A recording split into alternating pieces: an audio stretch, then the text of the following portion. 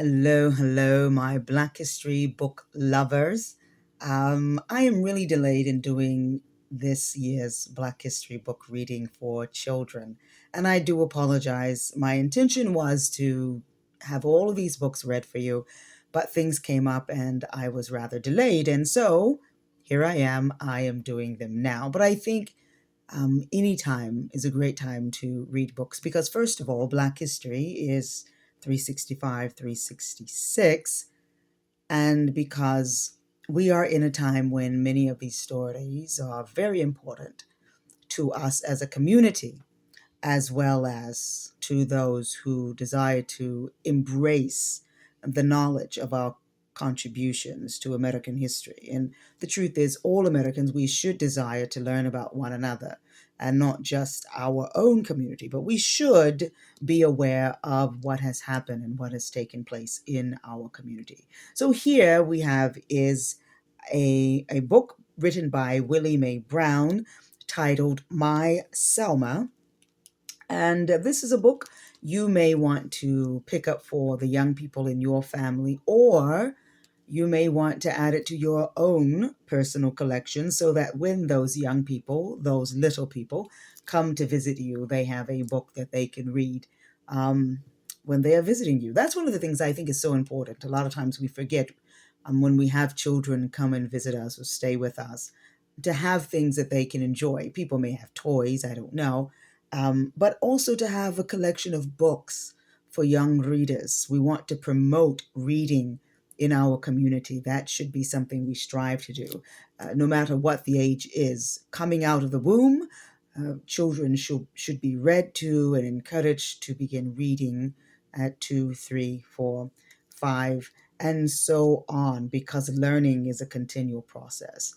and we are always gathering in information. So, with that being said, this time, because I have a number of books to read, I will not spend as much time reading one book because I'm doing all of these books trying to play catch up. So, we will begin this particular book, My Selma. We will start with the preface and then move on into two chapters, small portions from two of the chapters. And so she begins. I write these stories of a Selma that I knew and loved, my own Selma.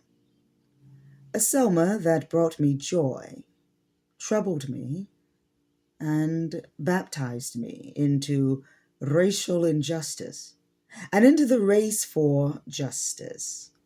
I write these stories through the voices of people who lived at the time when I was growing up in Selma. And we lived together, schooled together, played together, churched together, and fought together for the same rights as our white brethren who denied us the freedom we were born with, and the civil rights freedoms of a people separated by color, ignored by color, despised by color, abused by color, murdered by color. But the color would not fade easily in Selma. And that color would not run when it rained, and that color did not mix with the white because it stood out when it should have known its place in the South. I write from voices in my memory. I write from being nosy. I write to record the truth about the white people who lived among us. And although in Selma we outnumbered them, they outweighed us because of their color. And let this be known, not all whites in Selma, Alabama, were hateful, but for many of them, their color was a color of pure, clean hatred. I write about Selma because our lives have historical precedence in shaping the future. I write so that you may hear, see, smell, and feel the injustice of ignorance, but also the sweetness of everyday life illuminated in my words. In my stories of Selma, Much is written in the dialect of the people living there, words I still hear in my head. I thought this was important because it gives flavor to the truth.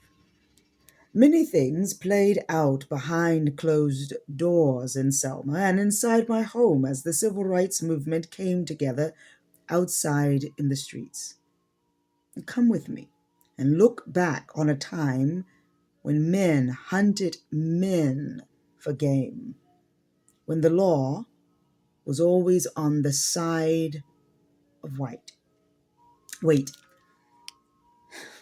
everyone has his or her memories of a place and time, when and where they lived. Everyone experiences different things in their own town, their cities, and their states. No two people will have the exact same memories.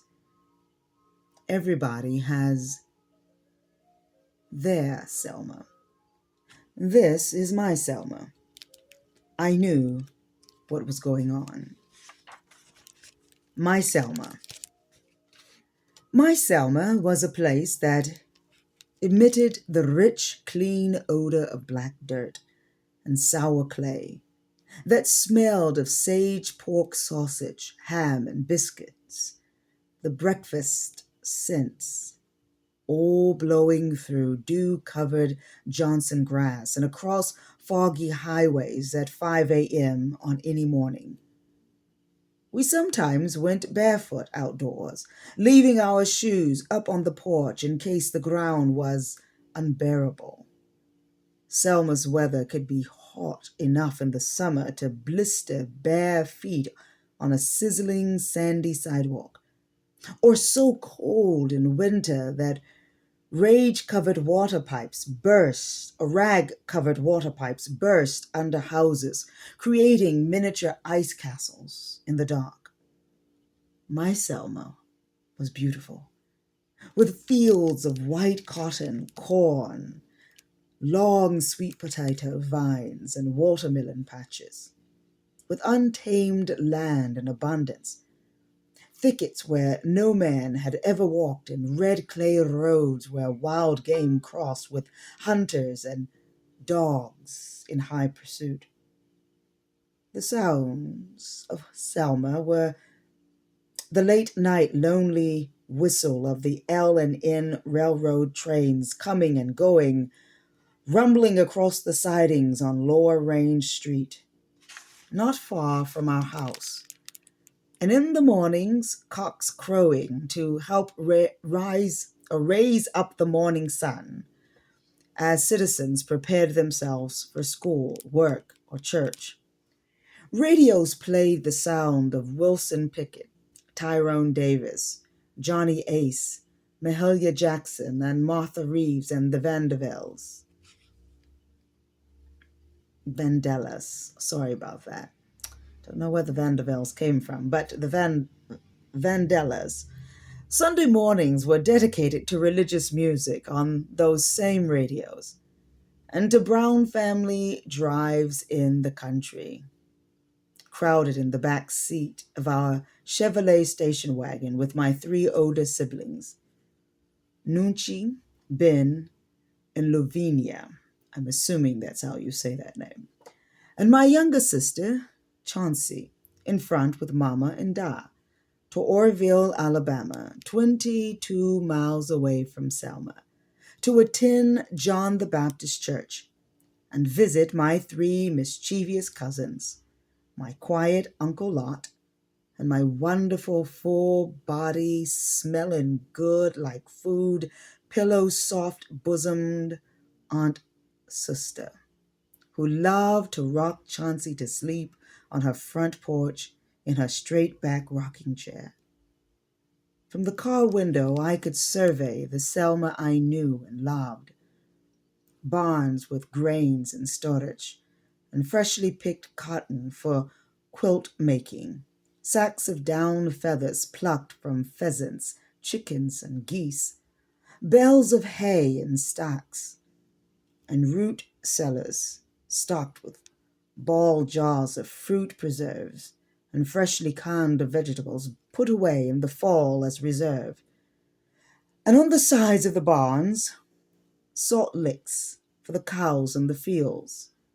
Beside the barns, our smokehouses were laden with cured hams, beef, and pork shoulders.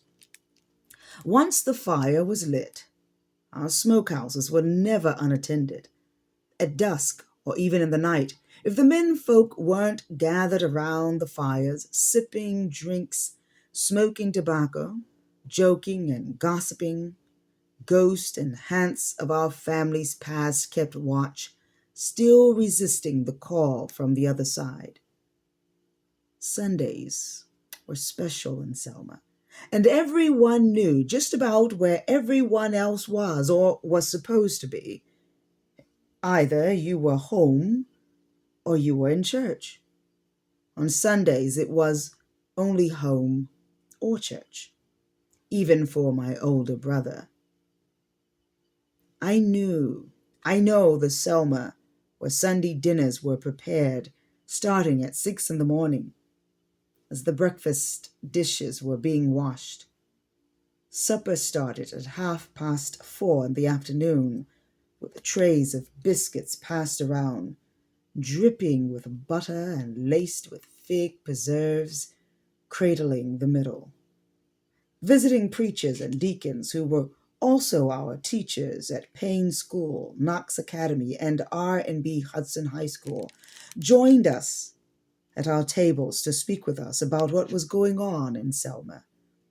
The clergy enjoyed Mama's wholesome cooking and tried to show good manners by asking for just one more biscuit, please, wanting more, yet setting an example at the dinner table for the children, their students.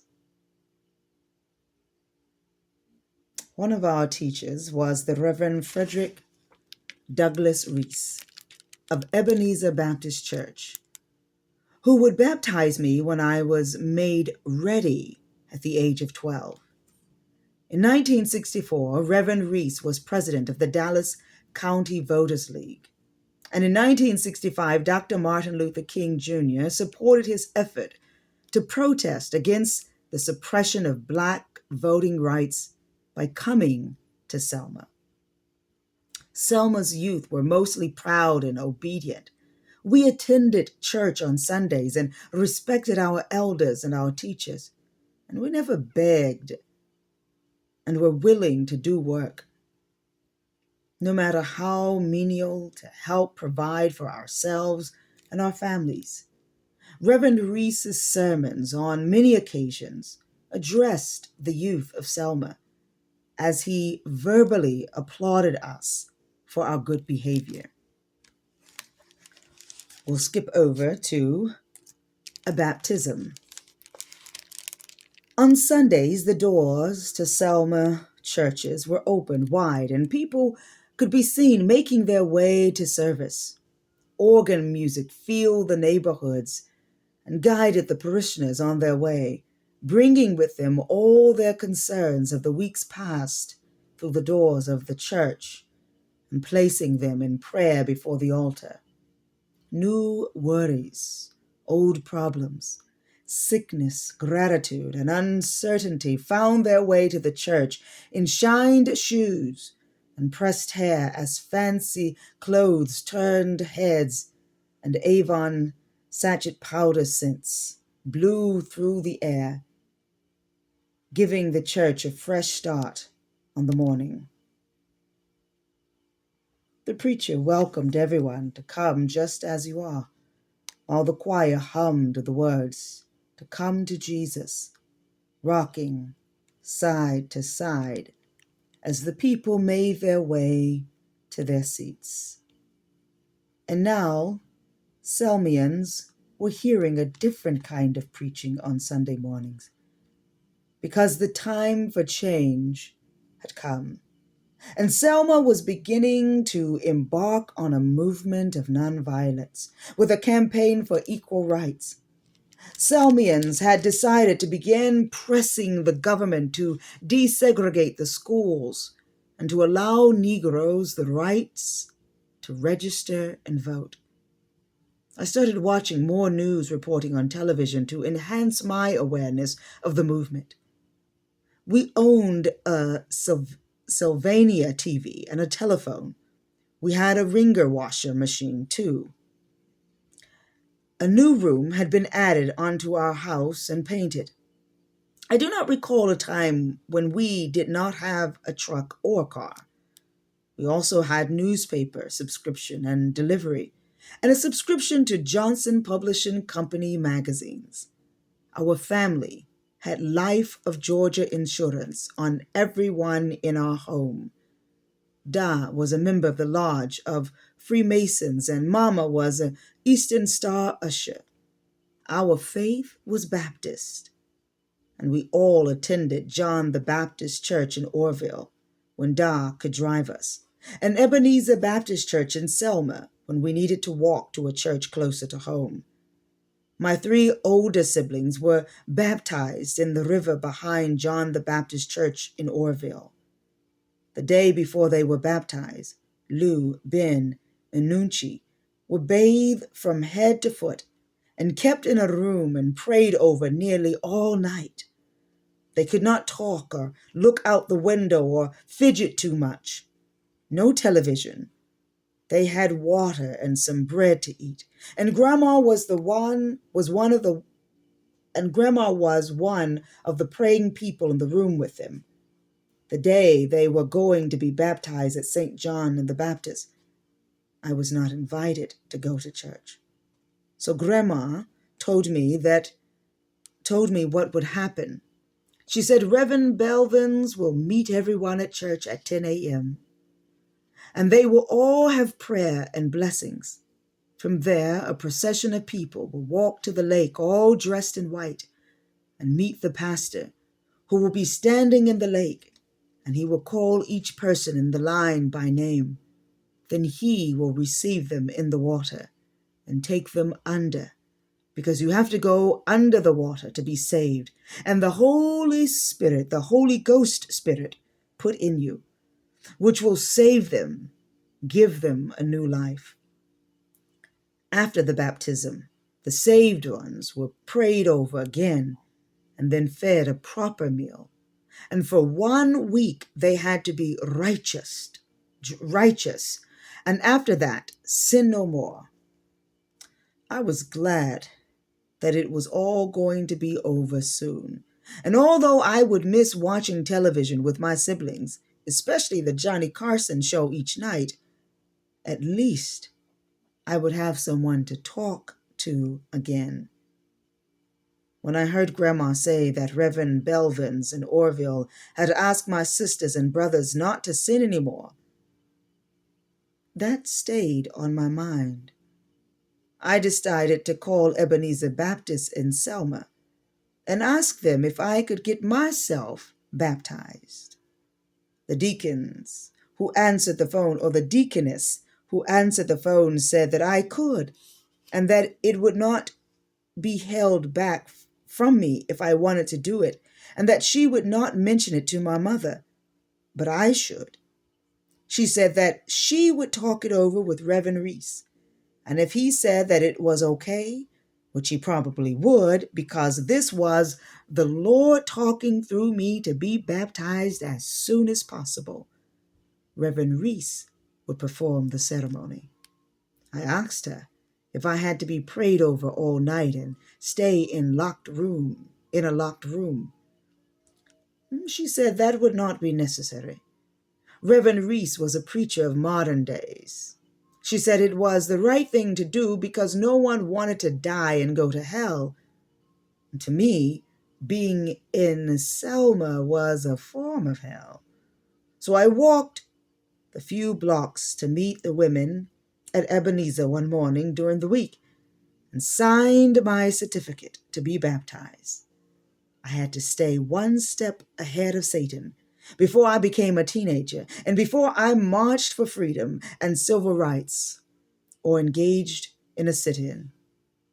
I was baptized in Selma by Reverend Frederick Douglass Reese, saved I had taken the responsibility of getting baptized because I felt that my mother was taking her time in saving me in the water behind St. John the Baptist Church. After baptism, I received my certificate, but didn't show it to my mother until I thought she was ready to see it, or when I felt she was fixin' to have me ducked under the water with all those snakes and people constantly praying in my ear. Weeks passed, and one day I showed her my certificate. She was happy. Well, now we have ourselves an official member of the church in Selma. Save some money so you can pay your tithes, she said. So, once again, this is My Selma, written by Willie Mae Brown, and it is a book that you may want to add to your collection for your young people. And I believe this is the second book that we have featured about Selma, Alabama. So I think last year we had a book that we did about Selma, Alabama, another young writer who, she wasn't a young writer when she tells the story, but it is about her life when she was a young person. In fact, she was the youngest person on the walk from Selma to on that long walk to Birmingham. So, Birmingham, I believe. That's a shame. I should remember. But anyway, this is the second book that we've done. And so, like I said, I picked this one up from a local library here in the Houston area over in Pearland. I think I said that at the beginning of this video. So you might be able to find this book. If not this book, I'm sure you can find plenty of other wonderful books that you can share with your young people in your life that is talking about our history and our culture. And so while this may not be a book that may make the history books, it is a book that shows the culture of our community. And that is equally important. Not only do we want to know about those historical figures, our heroes and sheroes, but also those books that share our culture, the diversity of Black culture. And one of the great things about Black culture is that the church has played such a significant role since before we came to this land. Religion and faith, Christianity, in fact, has played a strong role, even in our ancestors from across the ocean. Christianity played a role in their lives. And I'm not talking about the enslavement, but also that all the way along the Western coast, for people who only think that Christianity was in the North or in Abyssinian, that is not the case. We have documented proof that Christianity made its way all the way down to Angola long before the African or the European Atlantic slave trade. So our culture has been deeply rooted in the Christian faith and in the church. And this is a book that I think you would enjoy, sharing about our culture and also the influence of our faith in our culture, or Christianity in our faith. Okay, so that is that book, and we'll have some other books that we will be sharing with you. I hope you enjoyed this one, and check us out on the other books that we are getting to you. I am so many months behind, but we are getting these books to you, and hopefully you will pick them up, put them into your library, or share them with your young people in your life. And it's not just for Black people. Anyone can enjoy these books. As I said earlier, we want to all embrace the culture of our nation, and that is the beauty and diversity of our cultures that we share and that we should learn about. So have a wonderful one and continue to learn.